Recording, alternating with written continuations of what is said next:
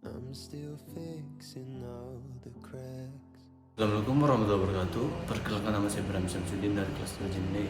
Materi yang akan saya bawakan yaitu harga pokok pesanan.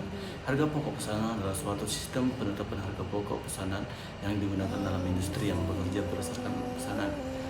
Sistem ini mempunyai beberapa karakteristik pokok sebagai berikut. Yang pertama, banyak job berbeda yang dikerjakan secara bersamaan dalam setiap periode waktu tertentu. Dalam sistem produksi ini hampir dapat dipastikan bahwa setiap pekerjaan akan berbeda dalam ukuran, desain, ataupun faktor yang lain. Yang kedua, biaya-biaya dikumpulkan untuk tiap pekerjaan. Yang ketiga, job cost sheet merupakan dokumen kunci dalam pengendalian akumulasi biaya untuk setiap pekerjaan. Yang keempat, pokok per unit produk hitung menurut tiap pekerjaan dalam job cost sheet. Materi selanjutnya itu pembebanan biaya overhead.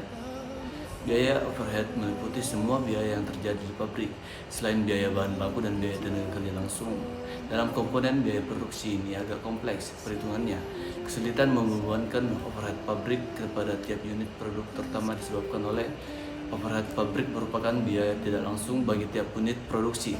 Yang kedua, overhead pabrik terdiri dari banyak item yang berbeda dan merupakan campuran biaya variabel dan biaya-biaya tetap.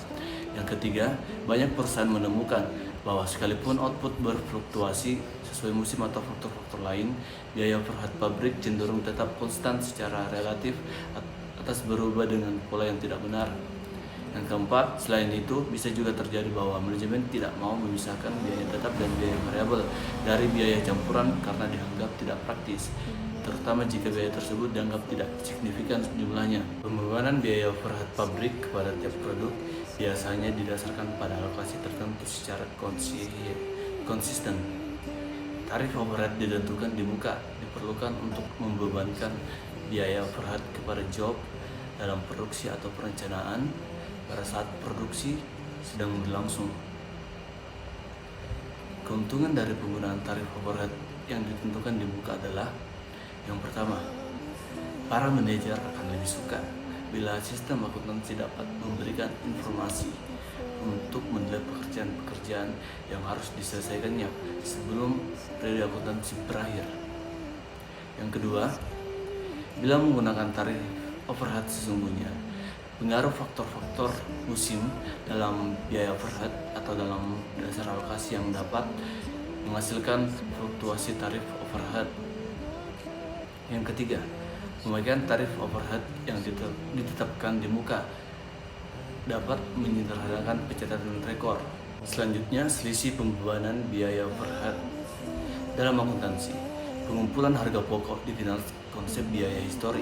Berdasarkan konsep ini, biaya-biaya dikumpulkan dan dilaporkan sebesar realisasi biaya yang sesungguhnya.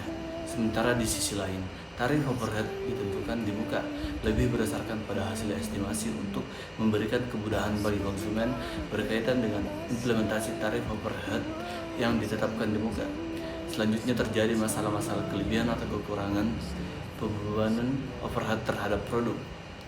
Agar perhitungan harga pokok menjadi real, maka kelebihan atau kekurangan pembebanan tersebut harus disesuaikan dalam perhitungan yang telah dibuat. Prosedur akuntansi untuk penyesuaian tersebut dapat dipilih dari alternatif sebagai berikut. Yang pertama, ditutup ke beban pokok penjualan, atau yang kedua dialokasikan ke dalam barang dalam proses, barang jadi, dan ke dalam beban pokok penjualan berdasarkan produk saldo akhir tiap bulan. Materi selanjutnya itu dokumen transaksi. Sistem akuntansi biaya meliputi teknik-teknik, personalita, formulir, dan catatan akuntansi yang digunakan untuk menciptakan informasi tentang biaya untuk penyediaan produk atau jasa dari waktu ke waktu. Pengukuran biaya bahan langsung dapat diidentifikasikan dalam bill materials dan formulir daftar permintaan bahan. Bill of material yaitu suatu dokumen yang menyajikan secara terperinci jenis dan kuantitas tiap-tiap item bahan yang digunakan dan diperlukan diperhatikan untuk menyelesaikan pembuatan suatu unit produk.